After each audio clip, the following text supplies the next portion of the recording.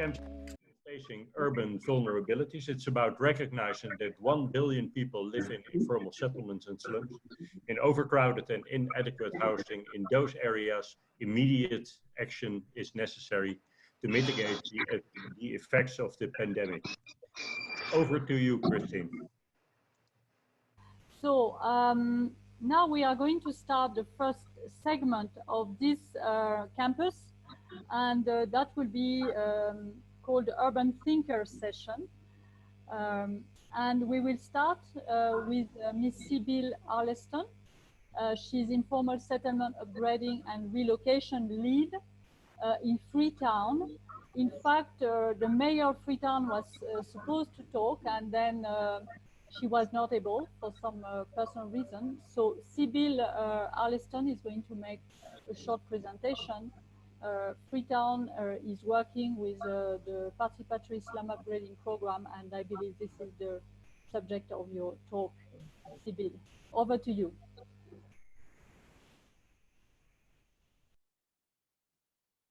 Well, hello, everybody. It's great to be here. Can you hear me? Yes. Okay. Loud and clear. All right, thank you. I want to just say thank you, first of all, for inviting the city of Freetown in this first of the COVID-19 series of discussions. And I regret that the mayor is not going to be here, but I'm really excited to just learn from the team. I'll try to go quickly as I can. The first two questions we have are the key issues and responses to the crisis and the proposed solutions. For those who don't know much about Freetown, we're a city that's one of the most overcrowded in the world, with about 8,500 per square kilometer. But that figure is pretty misleading, because in the third of the city, which is the slum communities, it can be as high as 10 times that. And citywide, access to water is a very serious problem. And currently, the existing formalized or central government can only provide for about 40% of the residents of Freetown. But that is further exacerbated in the informal settlements, where nearly all of them lack water, maybe 95% of the time. And then we also have the issue of the amount of informal work that's being done, with about 80% of the residents assumed to be living on daily wages, as either traders or day laborers or peddlers, or those who just need the support of others. So that with that background, I'll go right into the slides that I have. You can go into the next one, okay? So the mayor played a pivotal role in the Ebola response, but at that time she was working with the central government, and she understood the need for strict adherence to the case management, surveillance, and contact tracing. But COVID is so different, and many people on the street feel that this is a worse situation than we had when we had to deal with Ebola, which was such a scary disease. But this is worse, because you're dealing with an invisible enemy. And it's very difficult to contact trace, especially in the context like we have now, where we have a very weak health care system and absolutely no testing. I mean, almost none. So because of that, we don't know the scale of the disease. We don't know how much of a community is impacted. But the way that the city is approaching this is with 3 pillars. They're doing behavior change messaging, behavior change support, and then isolation and containment. And all of this is within the framework of the national response. In this few minutes, I'm just going to talk more about the behavior change support. And in the next slide, we have what we're doing in that level, because the behavior change we want from people is for them to wash hands, wear masks.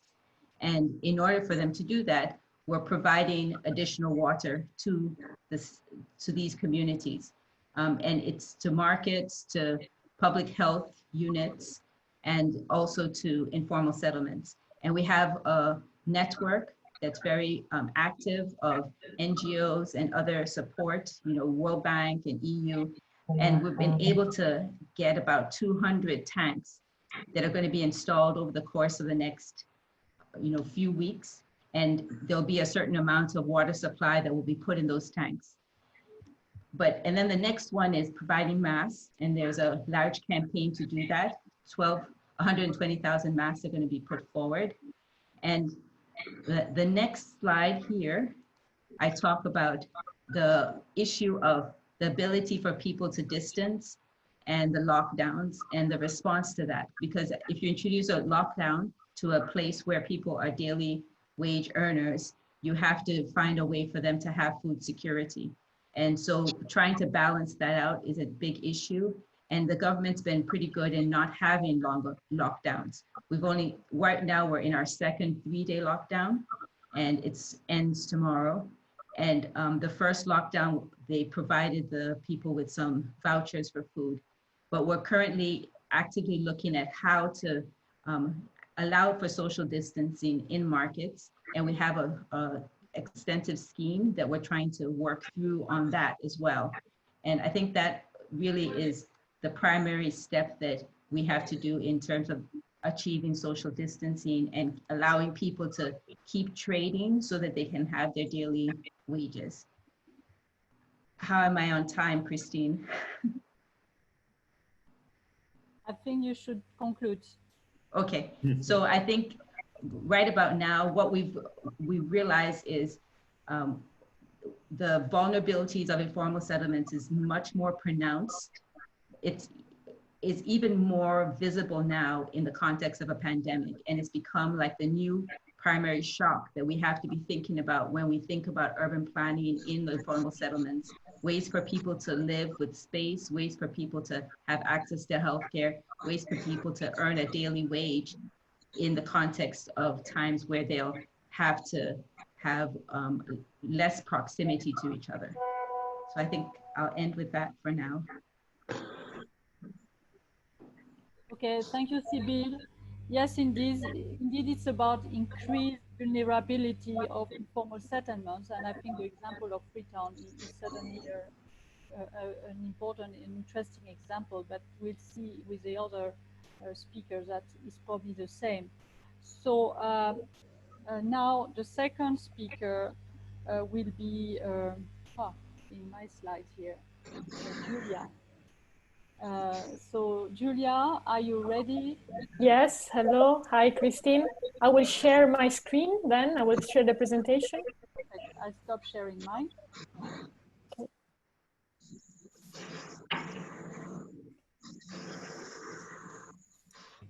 Okay, can you see it?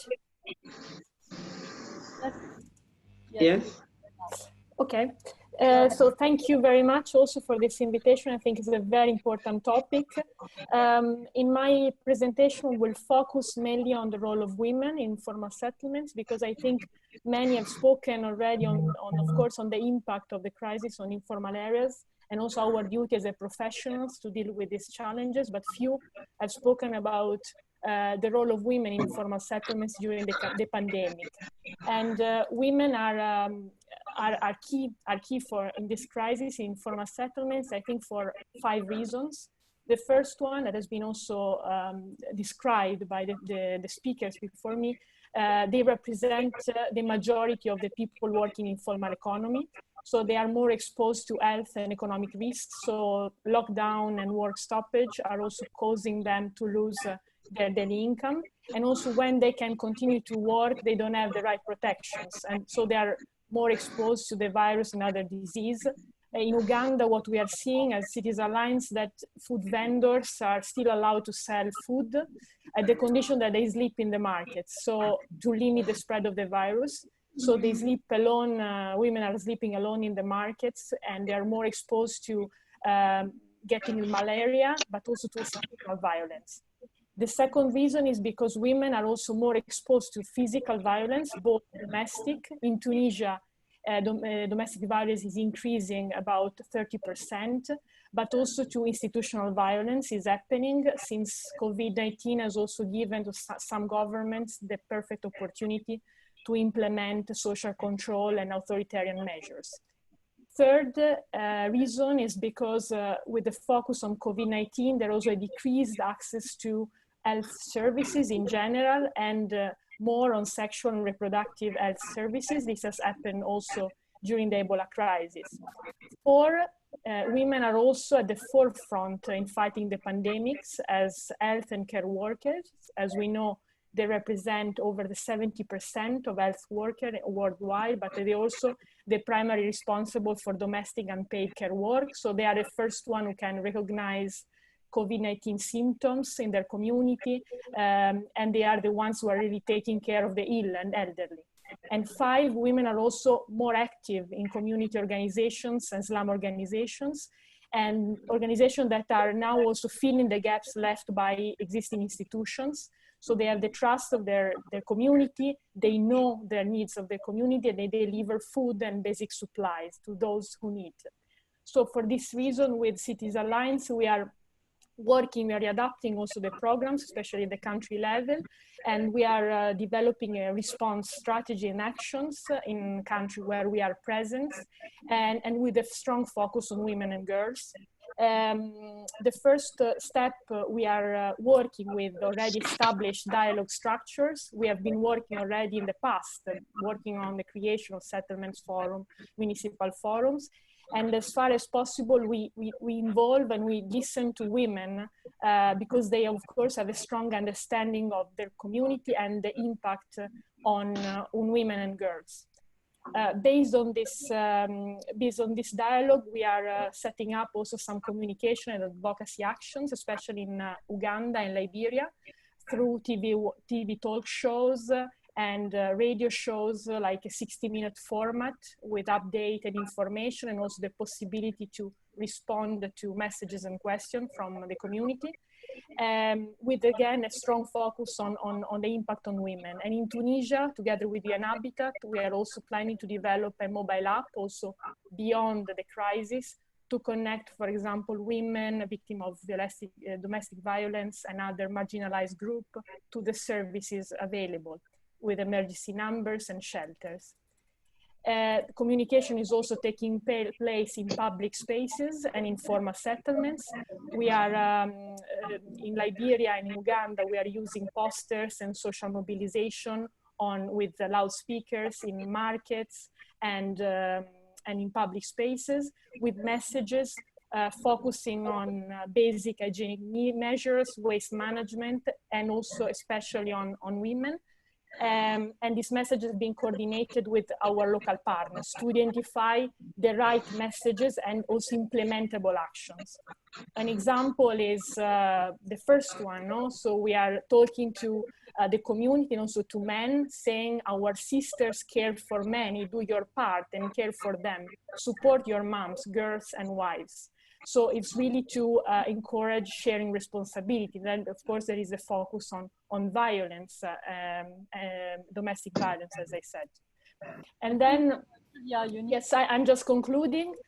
We are also working on health services, supporting health services, especially also in the market in Uganda, and on water, also water sanitation, distribution of water sanitation. And this is part of the broader program that we are having in Liberia, where all the water units are also designed with women in mind. So I think in the future, as recommendations, I think it's very important to focus on, to be able to collect sex disaggregated data, also collected by women themselves and communities, on exactly to understand the specific impacts of the outbreak on women, and engage women also in a definition of the kind of recovery plan, including also economic measure to protect them. And I think women really, because of this, their key role in the situation, especially in informal communities, they have to be represented in decision-making structures. Thank you very much. Thank you very much, Julia. I think the specific role of women is really important here. And I'm sure other speakers will emphasize that. Before we go to the next speaker, I would like to launch a poll. So there is a small form that you can fill. There are 3 questions, and where I would like everybody to look at and answer, and we'll see later what are the answers. So when you have a few second just look at that. Yeah, can I interrupt you 1 second, Christine? Yes. There was a remark, and I agree with it, from Ammar Ismail. It would be good when you make a presentation to do it full screen. Ah, it's not full. It was not. It was not full screen. The PowerPoint was not full screen in the previous presentation. Okay. Yeah. So it would be good that in the meeting, it will be, all the PowerPoints will be full screen. Okay, very good. So thank you. Sorry to interrupt. Yeah. So now I'm going to share the main PowerPoint. Yeah. So I hope it's full screen. Yeah, now it's full screen. It's full screen. Okay. Now we'll ask Rose Moroccoan from the South African Federation of the Urban Poor to speak, representing Slum Dwellers International as well. Rose, over to you. Thank you very much, Christine, and thank you for inviting me for this discussion. When the COVID-19 came to South Africa, a lot of people from the informal settlements didn't believe that this is a dangerous and disastrous pandemic. The lockdown started in the middle of March, and because the people from the informal settlements never believed, the life continued as usual. But when the statistics started to grow, people started to understand our government have created what they call National Command Council, where they discuss and come up with regulations and directives on how to combat COVID-19 together with the communities. So what we realized was that people who are going to be mostly affected are the people from informal settlements. For instance, one of the regulations is that you have to wash your hands regularly, every 20 minutes. But when you look at the informal settlements, people don't have water at all. And then we look at the issue of health. Many, many years, informal settlements were not taken seriously, like garbage collection, like cleaning the area. So it is another factor that is affecting our informal settlements. Not forgetting the issue of sanitation. Many areas don't have sanitation, whereby they will just use pit toilets, or they will just go to the field to help themselves. So these issues became the issue on the agenda for discussion from the communities to the government level.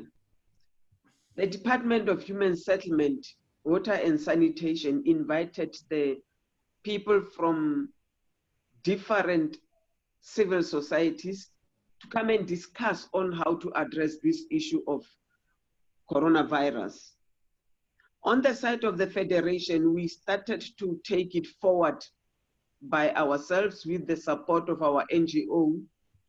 We started by giving out self-made sanitation. It helped a lot that people started to understand the importance of sanitizing. And then we also used pamphlets and posters to educate our communities. During the discussion with the Department of Human Settlement, we put forward the issues that we want them to address. But you know, our government in many countries, yes, it is good to discuss, but when it comes to implementation, the process is too slow. But with the influence of our discussions, some of the communities did get water, some of them, especially water tanks, but it is difficult for them to get water every day. The issue that is still standing is sanitation, giving toilets to the people. In some areas, people are starting to do it themselves, cleaning the drainage, cleaning their areas, because they see that it is important to do that as they see the numbers of people being affected growing in our communities. Not only in South Africa, in many of our countries under SDI, we have agreed to say, let's educate our people to understand the danger of this coronavirus. Let's educate them on the issues that they think can help them to combat COVID-19. Some of our people do understand, and the leaders of our organization goes out and teach people every day. In South Africa, you are not being allowed to go around without a permit. We did negotiate with the Department of Human Settlement to get some permits for some of our leaders who can do essential work at our communities. But there's this problem that is coming whereby the Department of Human Settlement is trying to de-densify congested informal settlements by building TRAs, temporary relocation, creating temporary relocation areas. We don't know whether it will be viable or it will be helpful to try and move the people from where they are and move them far away from where they were staying, and in a long run, bringing them back. So we are just watching at that process, because as the civil society, some of us, we said, that will not be a priority to us as organizations to help our people. The priority for our people is to get water and sanitation, and also to get food parcels, because now for the lockdown to affect our communities, it's because they won't have money, especially those that have got informal trading, those who are having their informal businesses, because they don't have to run their business anymore. They have to stay home and stay safe. Now they are losing the money that they were supposed to take care of their families. In many countries, it is happening like that. But now in South Africa, they came up with 3 levels of lockdown. The first, level number 5 was the total lockdown. For now, they have introduced level number 4, where they have opened some of the businesses and some of the essential duties. They want to open the schools. People are so vulnerable. They are so anxious. They are so afraid that if we are not very careful with the safety for our people, the pandemic will really affect many, many people, and we'll see many, many deaths happening. Right now, around South Africa, we are having 123 deaths, and we are having almost 6,000 people who are infected. So we are just crossing our fingers that what is happening in our informal settlements, people should listen to what government is saying, and to also listen to us as the organizations, teaching them of the importance of being safe. Yes, the people are acting safely at our communities, but there's a problem between communities and government, whereby government come up with their rules and communities want to do their own thing. So it is a bit difficult, but we are trying to show that as the Federation, our recommendation is that we want the government to support us on doing things. We have promoted what we call reblocking, partial reblocking of our informal settlements, whereby we create roads where the ambulance can get in, where the water tanks can be put on the safer area. We have raised that with our department. We are still in negotiations with them. We wish that they can understand and agree that we can do it.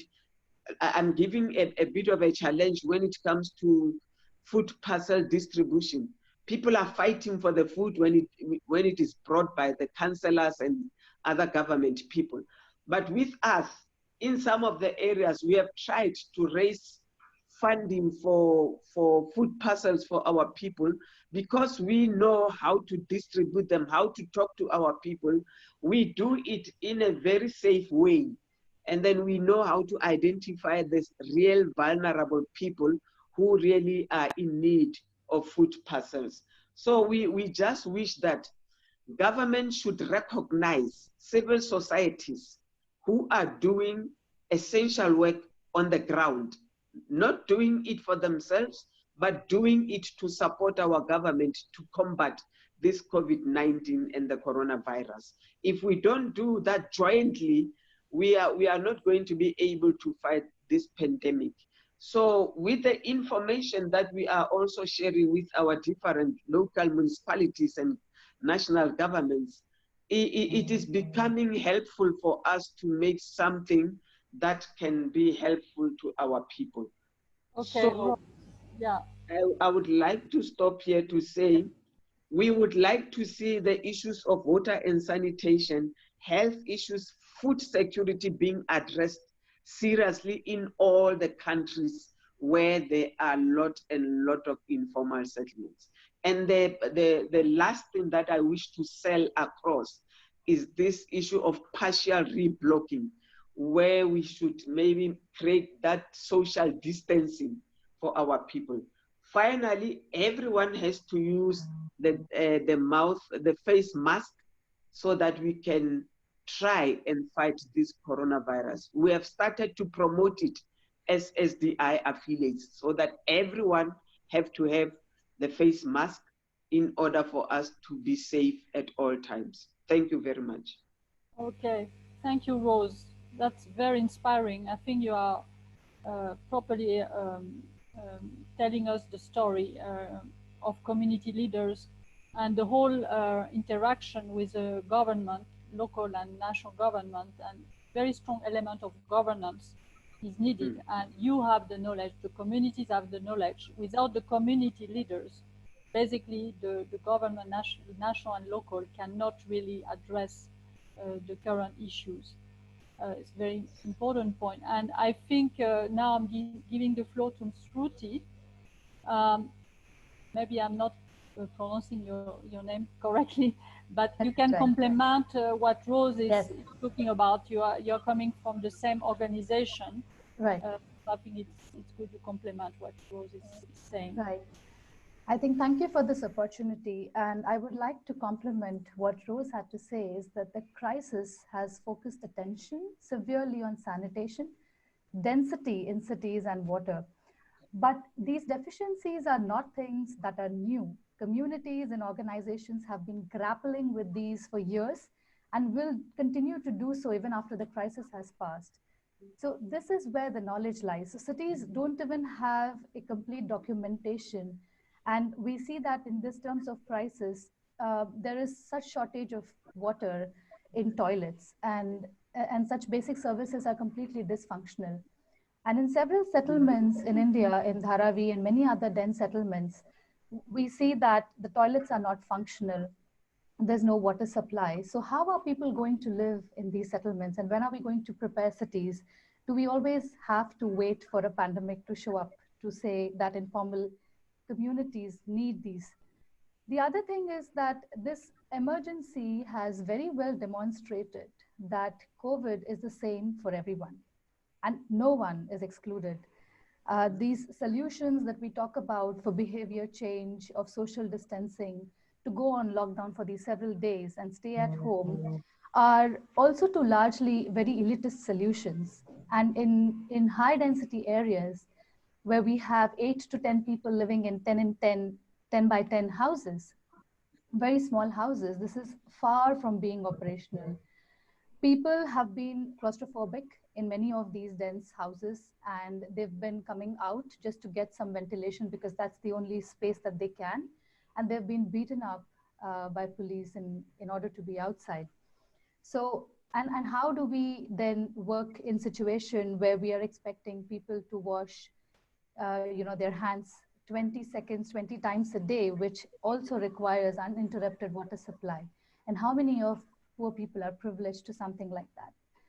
The other thing that we have seen as a very strong challenge is that there is not enough investment in secondary and primary healthcare systems. So the early symptoms have gone missed, and it gets worse by the time it's fully diagnosed.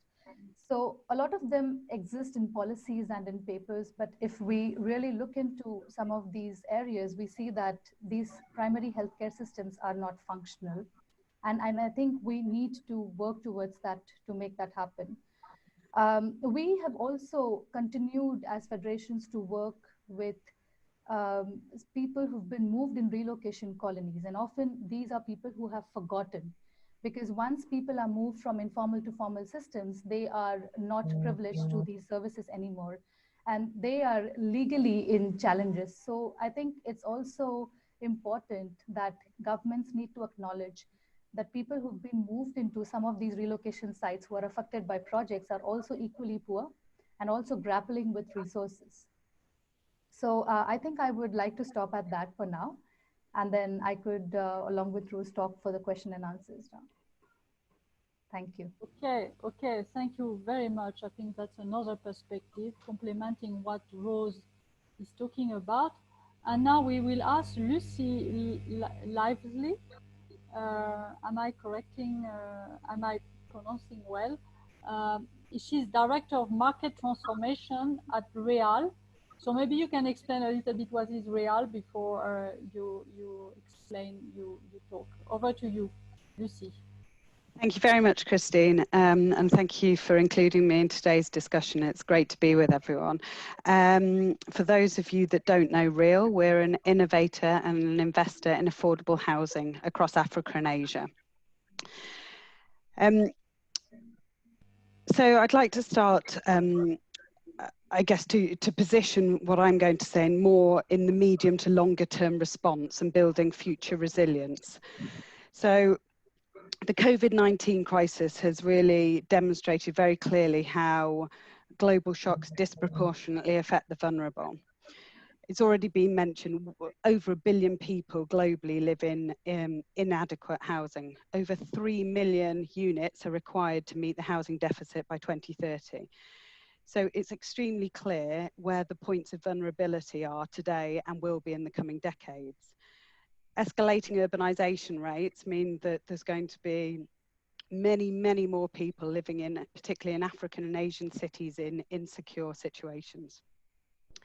So how can we use the current crisis as an opportunity to actually take action and better prepare for future shocks, to ensure that vulnerable groups don't bear the brunt of crises such as this, and to overall limit the impact going forward? So not just recovering from this crisis, but actually embedding better solutions for the future. It's been touched on across a number of the previous speakers. We need to really look at the structural issues related to vulnerability. So those underlying structures that exclude low-income people from benefiting from the economic development opportunities of urbanization. What are those factors that hold people in vulnerable situations? The limited access to affordable credit, informality limiting access to quality services, exclusion from urban governance. It's very understandable that the focus of the world is on the immediacy of the crisis, and that's as it should be.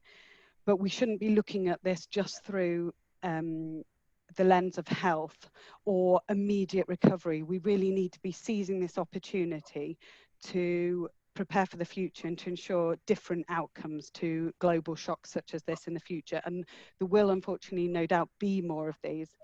So we need to change things to better prepare and better respond in future. So yeah, as I say, let's use this as an opportunity to embed different ways of doing things, both structurally and physically. For us at Real, COVID has really brought into sharp focus the role of housing in resilience. Both the space to socially distance, clean water within the house to wash your hands, a toilet within the home to avoid having to go out more than necessary, safety and security within resilient, vibrant communities. With so many people living across the globe without that sort of adequate accommodation in safe and secure communities, they can't possibly protect themselves. And therefore we can't limit the spread and the impact of coronavirus and future pandemics. So it's very clear that housing is absolutely paramount.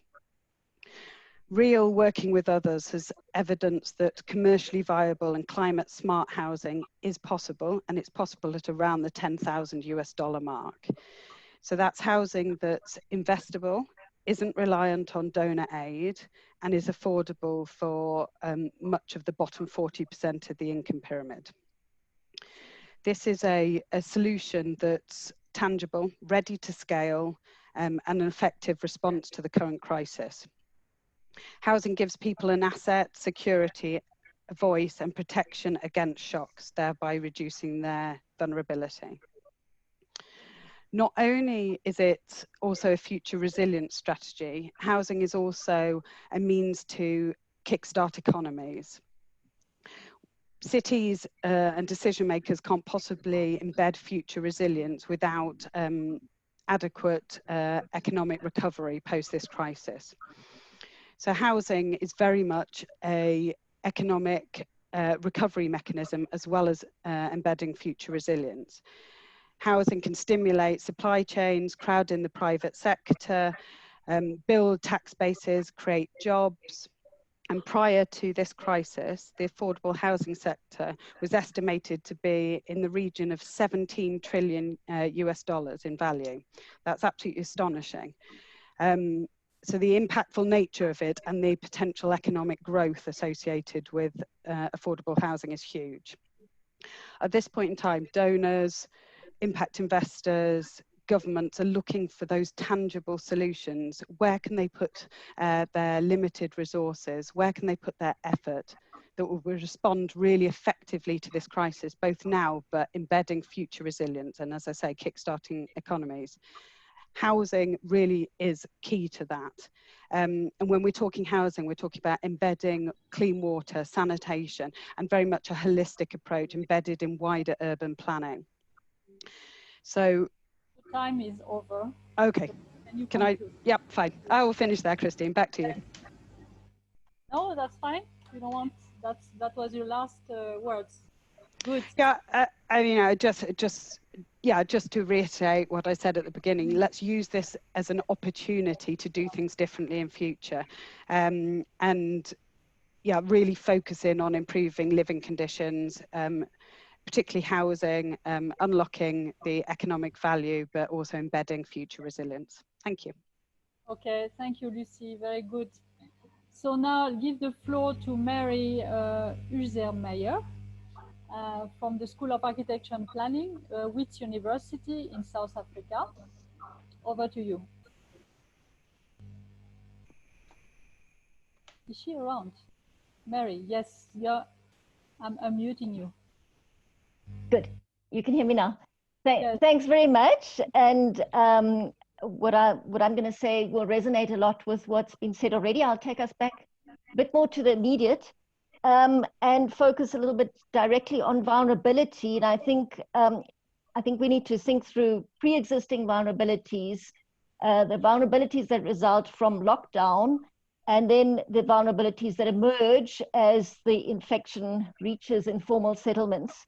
So quickly about the pre-existing vulnerabilities, and I think the current situation is shining the spotlight on these very much. And it's also teaching us not to look at vulnerability in isolation. There is this danger of framing interventions only on perceived vulnerability. And Rose Molokwane already mentioned in South Africa, this example, informal settlements are dense and overcrowded is the perception. And this makes people vulnerable to infection. And the logic then is that relocation is required out of informal settlements into temporary relocation areas. And we need to push back against the sort of simplistic way of looking at vulnerability. So the flip side of vulnerability, or the other side of the coin, is resilience and related survival mechanisms. Care must be taken not to disrupt these.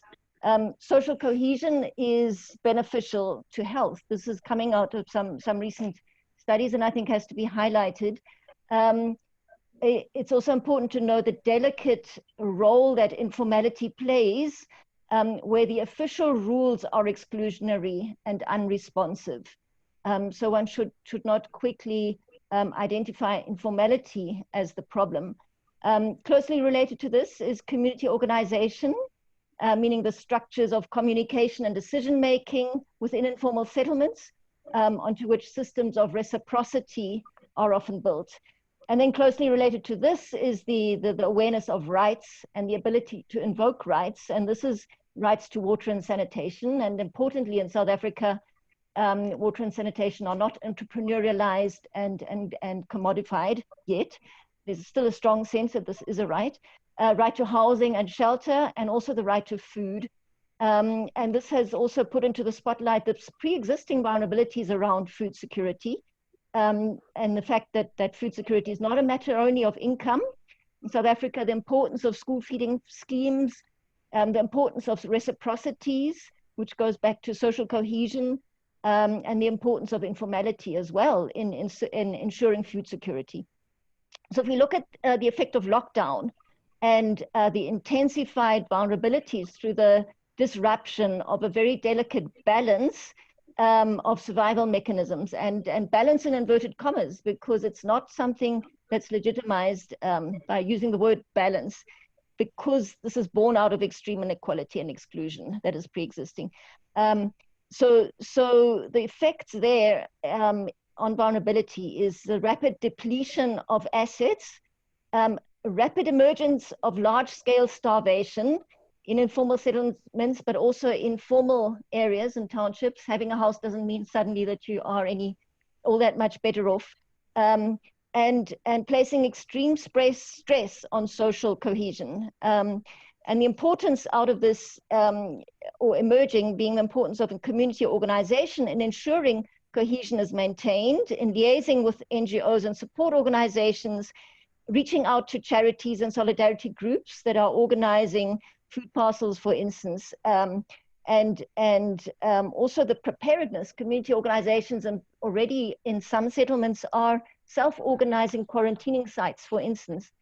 And then if we look at new vulnerabilities that will be emerging, in part already emerging as infection reaches informal settlements, and there is the media is bringing this out already, the reality of fear and stigma that surrounds households that are affected.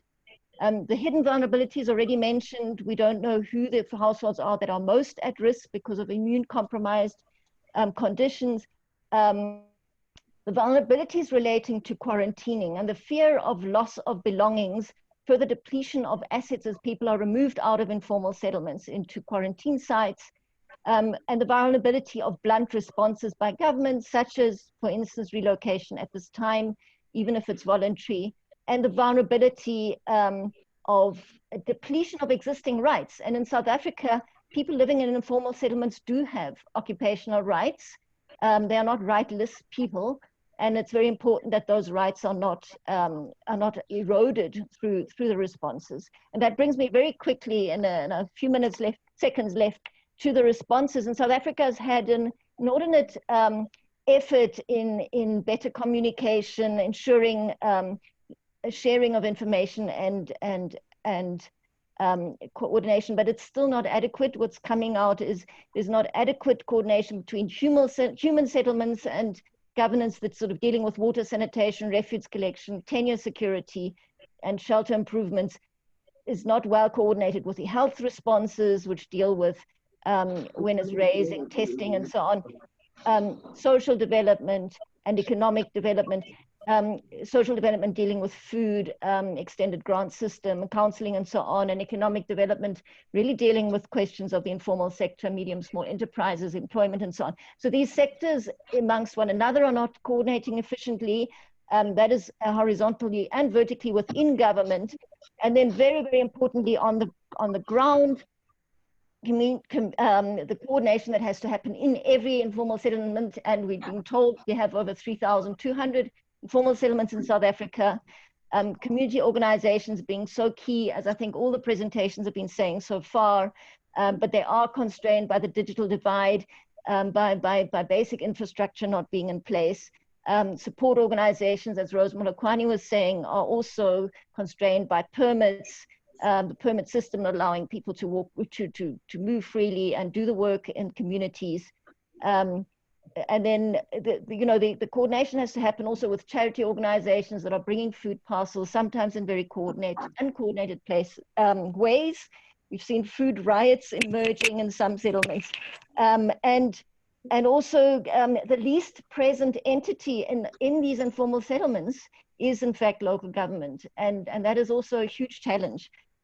So I think across the board, South Africa is a bit unprepared for rapid analysis, rapid response, and rapid innovation. And before we can think long term, we really have some very immediate issues to deal with in the coming weeks.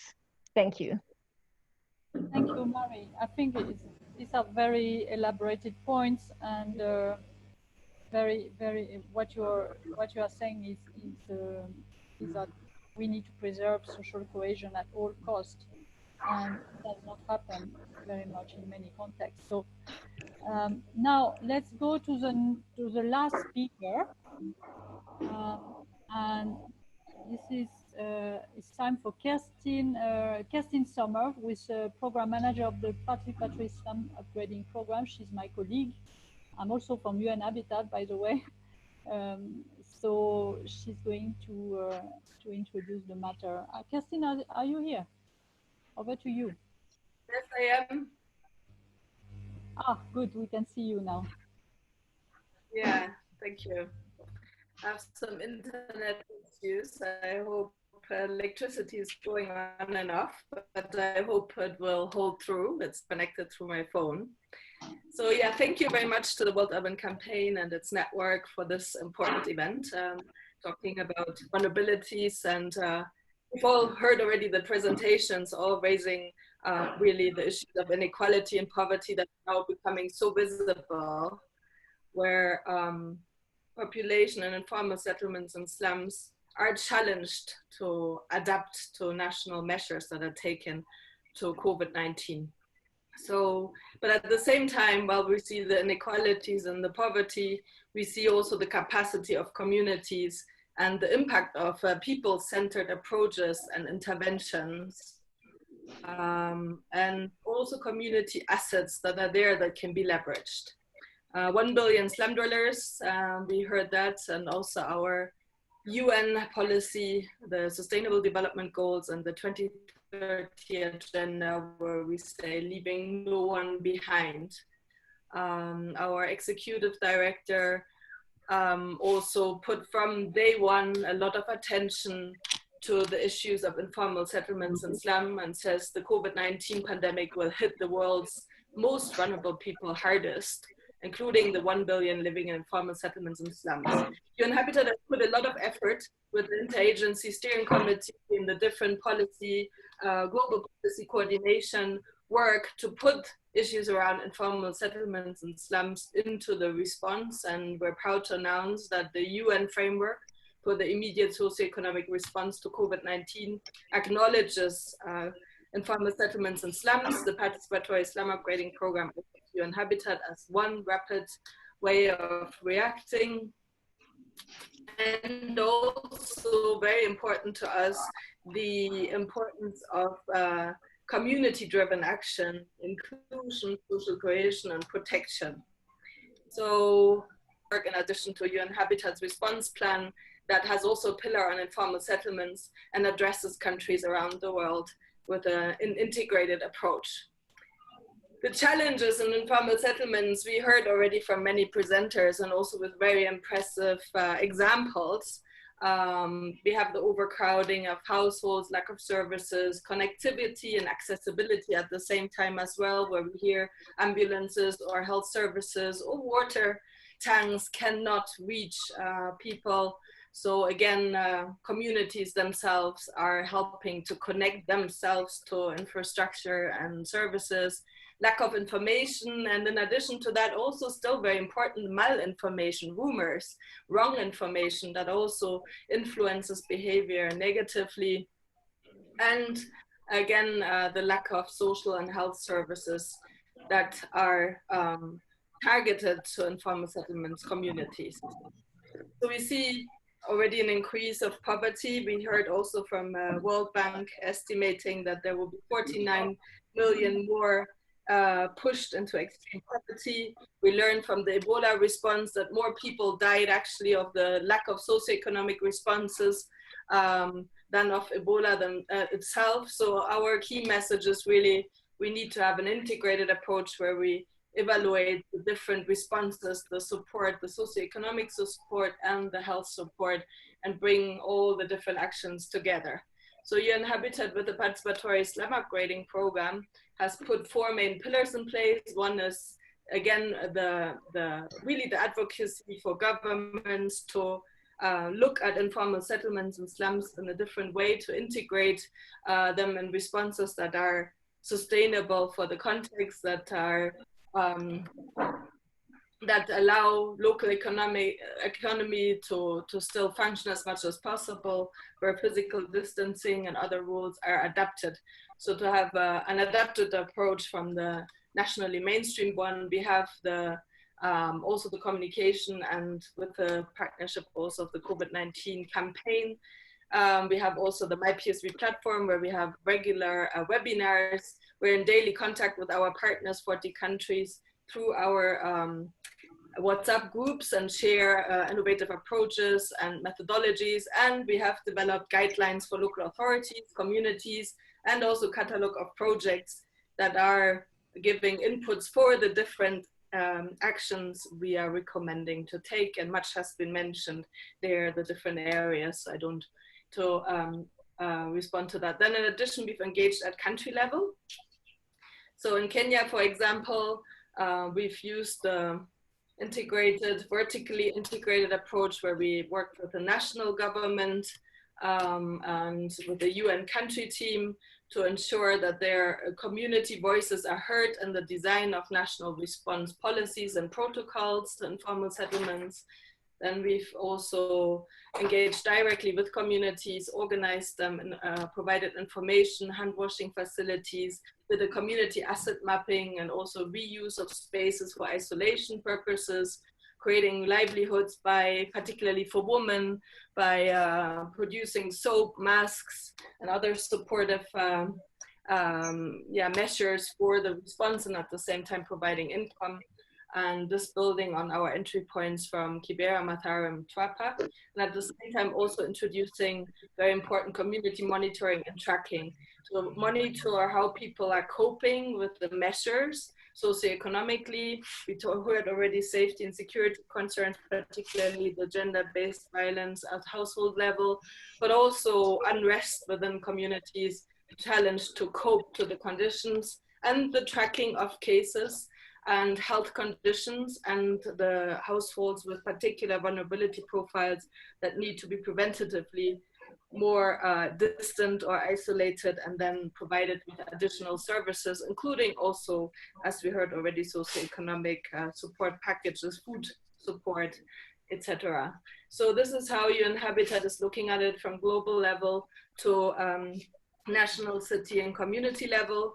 And one big message here too, we need to combine the immediate response, the midterm response, with a long-term recovery strategy, as already mentioned, and particularly partnership between people, private sector, also informal sector is very crucial here, and take the momentum as a call for action in line with the decade of action and the implementation of the Sustainable Development Goals, and remember everyone that it is possible, but it's also very urgent at this stage to take action and mobilize the momentum for a long-term change and inclusion.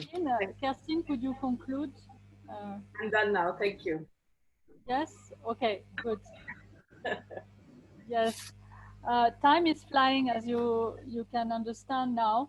I think for the benefit of all those, a lot of attendees are here. So we have the speakers, we have 81 participants in total, and I'd like to be able to give the floor to some of the people waiting, attending. So I would like to propose that the Q&A, question and answer, are done in the chat. And then we dive now into the roundtable, because now, first of all, I would like to share with you the polls. I will end it, and I will share the result. Can you see the result of the poll? I don't know if you can see. Yes, I can see it. You can see. Okay. Yes, yes. Well, the first question was, I am at the front line of the pandemic in a city or in a community. So to see who is in the room, and see a lot of people are working directly in community, but anyway. The second question, what are the most affecting issues in your city or community in the context of the pandemic? First, water shortage, 26%. Lack of adequate shelter, 28%. Sanitation, 44%. Domestic violence, we didn't hear so much since the beginning, domestic violence. Other violence, so we were thinking of police violence and other form of violence. Eviction and rental issues. Lack of mask, of course. Lack of sanitizer, 42%. Food shortage. And we wanted to know the level of restriction which are applied in your countries. So we wanted to see the representation in the room, but the most 37% of the people are under drastic measure and full lockdown. And these are the action where organizations in the room are working on. You see, number one is providing technical advice to city community leaders.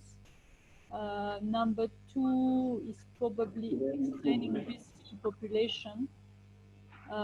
Then it is about monitoring cases, providing food, 14%, providing masks, sanitizers. So the technical advice to city community leaders is the biggest action from you in the room. It's just for you to have a feel of who is in the room, and so we can have a better conversation on that basis.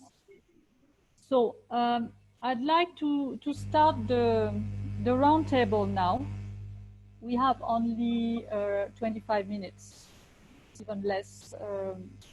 So the first question, there are two questions. The first question is, what are the rising priority actions and solutions? What is your experience on that? So I'd like to hear from the attendees some reaction to that. And the second question is, what are the recommendations for the future? So of course, there were a lot of recommendations already shared with the speakers, the panelists.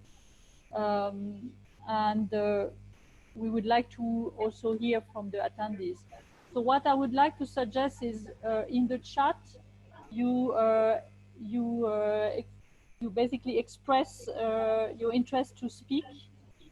So who wants to speak first? Who wants to say something on the priority action and solutions? I know there are people in the room who are probably ready for intervention.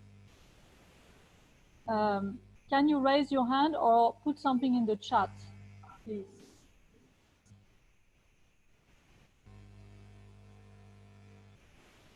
So I see Humphrey Otieno has raised his hand.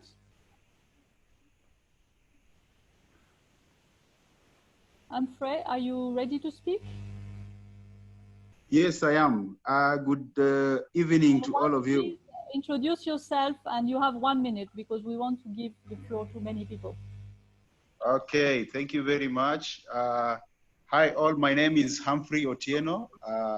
I work with the Safer Nairobi Initiative, which is part of Nairobi City County Government. And just to, most of the speakers have already talked about the issues that I wanted to raise. But my question was, with the rising, with the numbers, that the figures we have been seeing globally, Africa has recorded the lowest number of infections and also deaths and such like. So what are some of the preventive measures, long-term, immediate, short-term and long-term, that we need to embrace as both as civil society organization, but also as government agencies in prevention and into dealing with the pandemic? Thank you very much. Okay, thank you. It's not really it's a question. We would like to hear your views and what are your priority action and solution? What is your experience? And maybe I'll give the floor to, I see Malik. Malik wants to speak. Malik Guy. Malik, are you ready to talk? Malik Guy is from Enda Tiamon from Senegal. Thank you very much. You heard me, Christine? Thank you very much. Yes, you're welcome. Go ahead. We can hear you. Thank you very much. I'm from Enda Tiamon. I'm speaking from Dakar, Senegal, West Africa. I would like to thank this initiative and to thank all of the speakers that have doing a very good presentation that are recognized in our context here. A priority of action as civil society organization here in Senegal and West Africa is to taking care, in fact, of the understanding of people and the majority party of the people, the most vulnerable people in the slums and in also the poor areas about the COVID-19 business. And we have distributed a lot of, flags and other documents to allow that.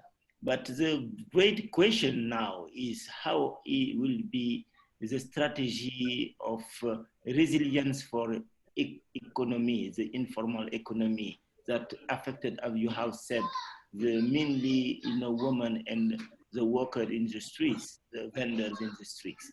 And this is because now actually people are afraid because the incomes are coming down very rapidly, even if the states and the local authorities are doing a very big effort for that.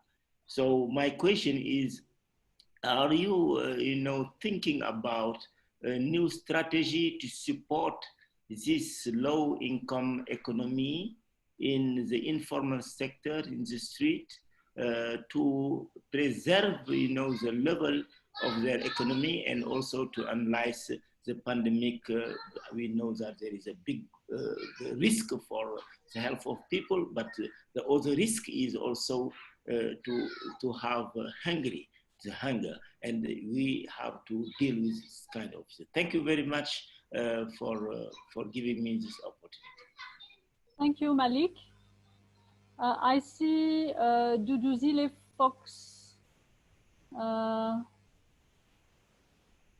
You want to say something? Please introduce yourself. From which organization are you? And what is your point here? Yep. Thank you very much for the information. And I'm from IQD Projects, private company. And I resonate very much with what Professor Murray was actually talking about, specifically in South Africa, and the inappropriate reactionary behavior from the government. And I actually think I posted a question as well on the question session to say, given that we are looking and observing and getting all the feedback that we're getting, and the decision makers with the information are actually sitting in this web right now, what is the appropriate way that we can come in and intervene? Because then we can see that the government is more reactionary to what is happening versus planning to what is actually happening. I wanted to get your input to say, from what we have gathered up to this point in time, and with all the information from the news feed, from our social media handles, and we now know that there has been doubts that have been posed on the World Health Organization, and it's still a top-down approach from my perspective, which I feel is not working. It's more of a one-size-fits-all, that all countries in the world are going to do this thing, and there's going to be done this way, and there's a whole lot of data that is being presented to us. But what does that really mean in real life? You know, in reflecting to all the views that you have given us of the people who are actually vulnerable, and what is the approach from here? Thank you. Okay. I think now I'm going back to the panelists now, because in fact we have questions. We had questions, and I don't know who wants to react to the question we had. I see Rose is moving ahead. Are you want to say something? Oh, yes, Rose wants to speak. But you are muted, Rose. I'm trying to unmute you, but you are muted. Yeah, okay. sure. Yes. I think, Christine, what needs to happen is for government to start recognizing what communities are doing at the community level. Because it seems to be most of our government thinks that they are the ones that can address the challenges that we are facing with this COVID-19. And they think that they can do it for the people. We are always telling, when we meet in many platforms, to say, don't do it for us, let's do it together. This is high time that government should start to recognize what the people are doing. Informal settlements are there, and they are not being recognized as the area where they can do better planning for themselves, for the communities or for the city.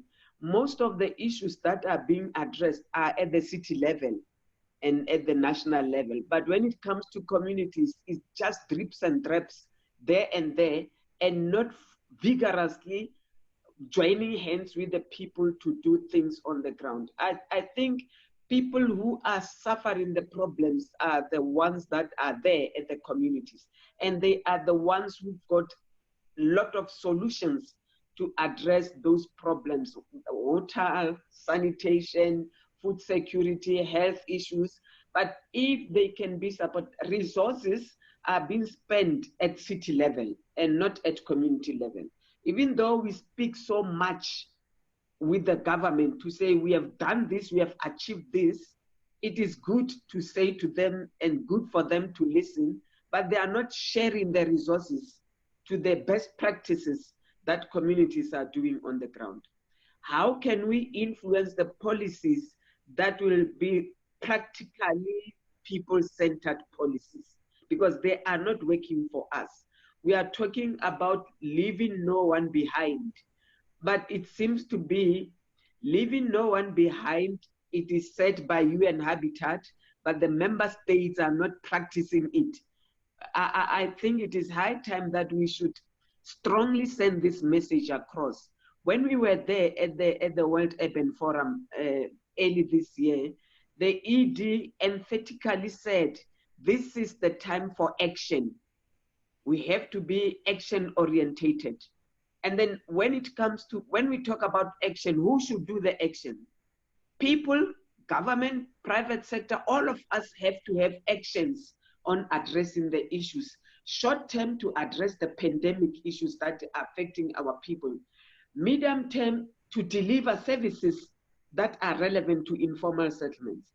Long term, to change the policies that are not really meeting the needs of the people. I think these are the crucial things that we should look at when we want to achieve Agenda 2030. Yes, I see Julia. Yes, I really agree with what Rose just said. I would like to add also that if we need more resources for communities but also for local authorities, there is also an opportunity with COVID-19 to change the narrative also around the informal settlements. So instead of saying, focusing on charity and focusing on the poor, so we need to give money and resources for the poor, we can also say that these are money for for investing in our future, in public global health in reality, because we are all connected. So I think COVID is also revealing that formal and informal cities are connected, formal and informal economy are connected. So we need to invest in basic goods, basic services, water and sanitation, because it's better also for us, it's better for the state, it's better for everyone. So I think it's really, we can also change the narrative in a more positive one, a more kind of engaging and global. Yeah, that's an excellent point. Thank you, Julia. Maybe I can ask Sibyl now, because Sibyl is at the front line. She's in the national team working with communities. Maybe you want to give your views here. Yes, can you hear me? When I was listening to one of the panelists, they said something about how local government hasn't been very active. And I think that local government has a huge role to play in this dynamic, because they have a very closer connection to the informal settlements.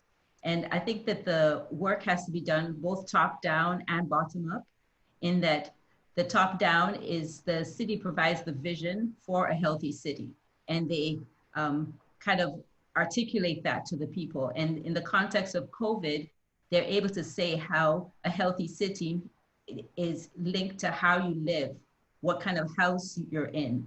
It's linked to where you choose to have this house. There's so many things that are usually disconnected and not covered by a healthy city, but now people are able to absorb that. And then from the bottom up, it's the participatory process that you can use to define the problems and talk to the people to identify the causes of those problems and develop solutions at the community level.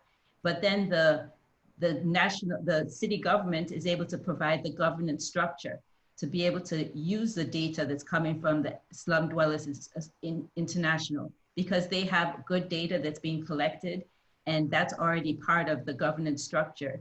And being able to use that information and create policies and do planning.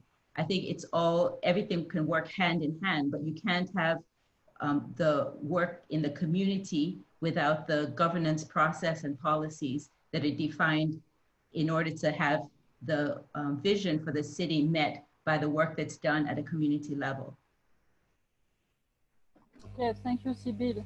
I see some comments in the chat from Robert Bishop to all panelists. It seems that Rose has a very valuable point here. Listen to the people, which is reflected in the success that has been in the Kerala model in India, where grassroots organizations have been key to ensuring that the infection rate has been effectively contained. Yeah, so also another panelist talking about the Mukuru, which is a Nairobi informal settlement. So we have also somebody who wants to talk, Bharat Kumar Dongar. So are you ready to say something, Bharat Kumar?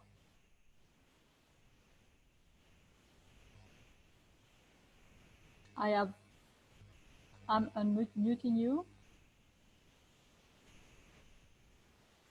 Okay, it's not working. Maybe we can ask Mary or Kerstin to say a few words as well on, because Sibyl, you are mentioning the participatory approach. I guess you are strongly inspired by PSUP. Maybe Kerstin, you want to say something, and Mary, you can complement from your angle.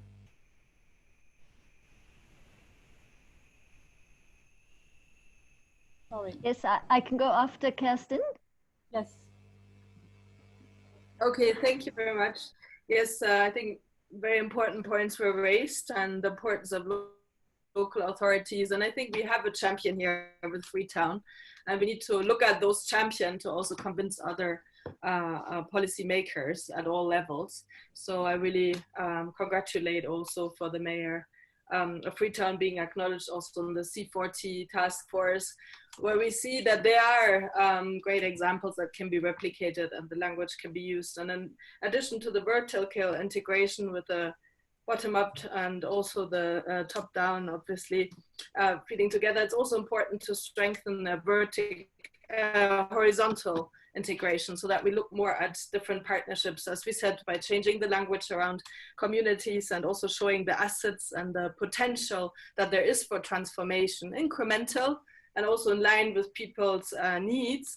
It's important to look at bringing people with private sector with the right skills and innovation input, and then also other actors, partners together, like for example, the collection of partners we have here, academia, Cities Alliance, and then civil society, NGOs. So we need to together work on this and have one vision. I think that point was very important. That's why we also promote the citywide strategies, where we identify clear priorities, responsibilities, different inputs, and leverage the impact of that by working closely together and supported by national policies and a strong, empowered community that is then able to implement with the community-led actions. And I do think we have a very strong global framework now. There is more attention and willingness now. So it's up to us sharing sort of the same views and philosophy to guide the process now with our different roles that we're having and building the partnership. So I would be also very excited to continue exchanging post this meeting together, and maybe we can also write up a story of this today's exchange to make that point and continue raising awareness around this and build partnerships. Thank you very much. Thank you, Kerstin. Mary, you want to complement? Yes, I really agree with those points.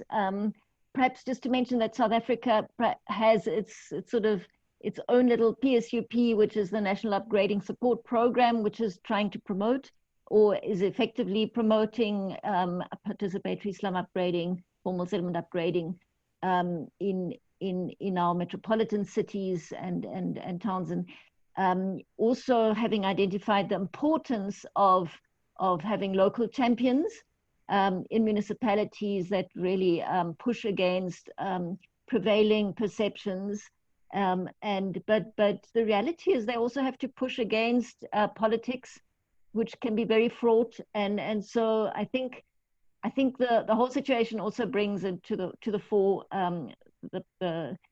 perhaps the good and the bad politics around informal settlement interventions. Just to respond to Duduzille's point, I think there is a need for localizing the global frameworks. I wouldn't dismiss WHO's work altogether and the kind of guidelines they provide, but I think it's very important that these things get localized down to individual contexts and especially in informal settlements varying hugely from one settlement to another. And the need to localize and use community organizations locally to help localize interventions and find out what works. Some settlements are not all that dense. Some settlements are very dense, but that doesn't necessarily mean that relocations are necessary and so on. So these are localized questions, and I think that's a very important point to come out of this. Thank you. Okay, thank you, Mary. I would like Sri Sobjan would like to speak. She's from the Waiwu Commission. Sri. Hi, yes. Hi. Thank you. This is very encouraging and very good recommendation and all that. One of the things that I think Julia, Rose, and the other several other panelists mentioned is working in partnership with communities. I think that part recognizing the potential of organized group of a community-based organization and using some of their data to actually assess the vulnerability and knowing who are the people who are vulnerable and how they can be empowered to actually help themselves. The point that Julia mentioned about changing the narrative is a very good point. And I think that is one opportunity that can be taken here, and looking at also how community-based organization using that opportunity, getting the support and all that to organize the group, to actually build partnership and also for local government to be embracing them as a agent of change in terms of strengthening resilience in the cities. I think that's just it, a quick one. Thank you for this opportunity. Okay, thank you, Sri. I think now we have another 3 minutes to finalize. Of course, this is not enough. I have put in the chat request to all the attendees to write their recommendation in this chat, to write to us. I see very interesting, I mean, people even from Mongolia, from India, from many countries are contributing here in the chat. So that's really Nigeria, very encouraging, and we need to hear from you to now reflect on the different experience to provide recommendation, because this set of recommendation will be shared widely. Our executive director will also look at that, at those recommendations. It's important that UN Habitat is aware of what's going on in the different organizations on the ground, not only the organizations that we are used to work with, but others that we are not yet working with and who are doing fantastic work at their own level on the ground. What I want to say to conclude is this conversation is just the beginning. This is an opportunity to reflect on the structural issues, basic structural issues, as you said, access to basic services, safety, housing, affordability, the digital divide. So these are all fundamental issues that suddenly the COVID crisis is revealing. And it's an opportunity. It's really sad that we have to reach a pandemic to recognize that suddenly the communities matter. The communities have always mattered, but they have not been really taken seriously. I think it's time that their role is now is really taken seriously, and we need to look at the governance of all this at the country level, at the city level, how the communities can work, and the conversation is certainly needs to continue. We are going to have another series of UTC Urban Thinkers Campus, as you know. Let me share again on the screen the PowerPoint that we have prepared. We have 9 UTCs this month. Share my screen. Yes.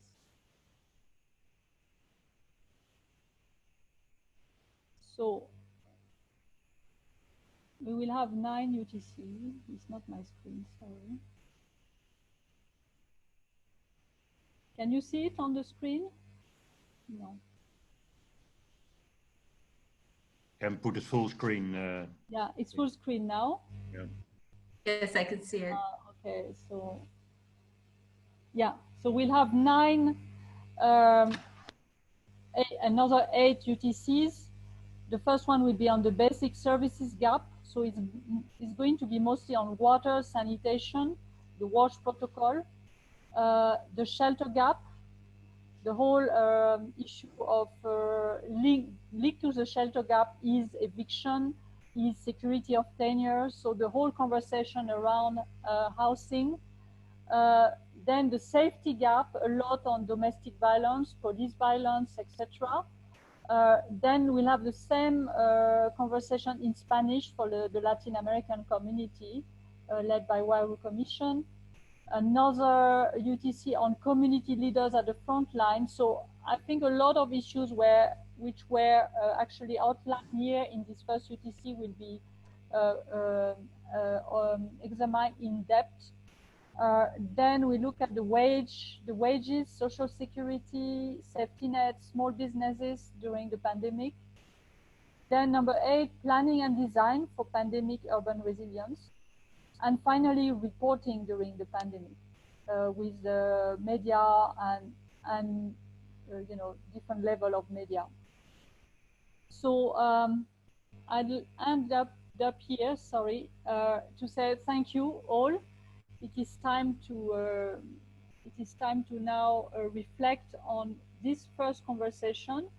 We will put a story on the UN Habitat website, on the World Bank Campaign website. We are going to promote the speakers who have been here in the room and the whole conversation on Twitter mostly, but also on Instagram, Facebook. And we'll be very happy to receive more inputs. So write to me, because I'm the one who sent the invitation initially, been managing this meeting. And then we'll try to capture everything. But thank you to the speakers. It was really great to hear the different perspectives.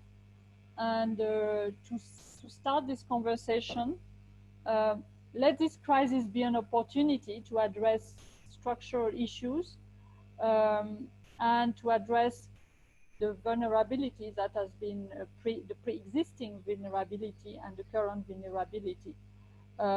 If you have specific recommendation, again, share those in the chat and send to us.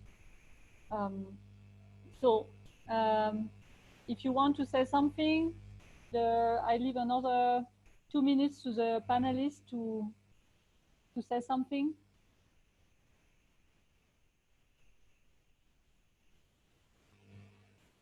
I just wanted to say thank you very much for having us in this conversation. I've also gained a lot from it, and I hope we can each feed this back into the many other not panels, but platforms through which we are trying to influence the situation. Thank you. Thank you, Mary. Thank you, Christine. Just wanted to say thank you. And I resonate with what you had to say, that this is the opportunity and this is the test for cities and for everybody to know what has worked and where we have failed. So we are better in trying to fix some of these things that we've not seen in the past. Hi, Christine. Yes, Rose. Yes, I want to thank everyone who participated. My last message is for you and Kirsten to send the message across to the member states that we are working with on the highlights that we have set today, especially on engaging communities that are already addressing this issue of COVID-19. Maybe they should avail resources to support them more so that they can help educate, empower, and strengthen the people at the informal settlement level.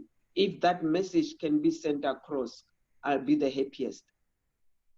I think this pandemic is an eye-opener for the member states. They are realizing the vulnerability of some of their communities, and they will have to react.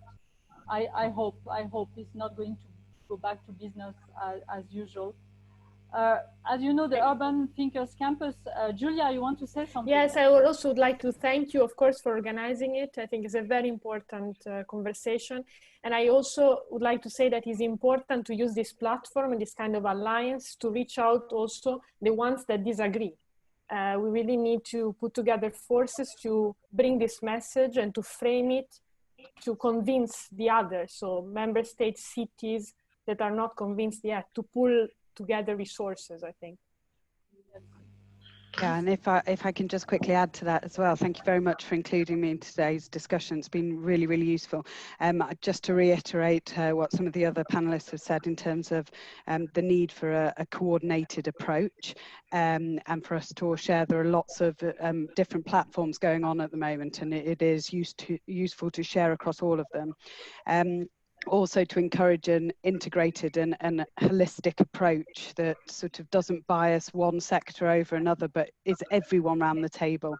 And I would echo what Kirsten said earlier as well, is bringing private sector, government, everyone around the table, and linking the short, medium and longer term strategies all together, so that, yeah, we don't just continue business as usual, but we're in a position where we can respond better in future.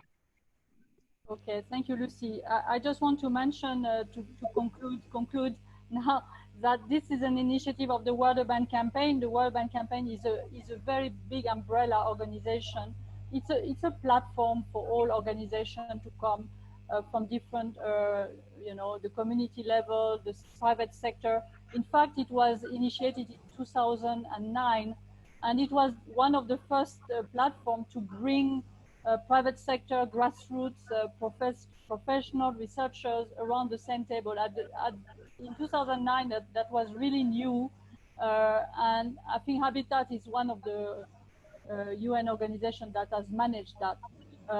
So the Urban Thinkers Campus is a real success. It has, in 5 years, we have done 150 campuses, 40,000 participants, 40 to 50,000 participants. So we want to do more of that, and to bring people around the same issues and bring that up, and really that's the role of this campaign, to campaign together instead of campaigning in our own corners, being together, and the UTC is a good platform for that. So thank you all, and see you.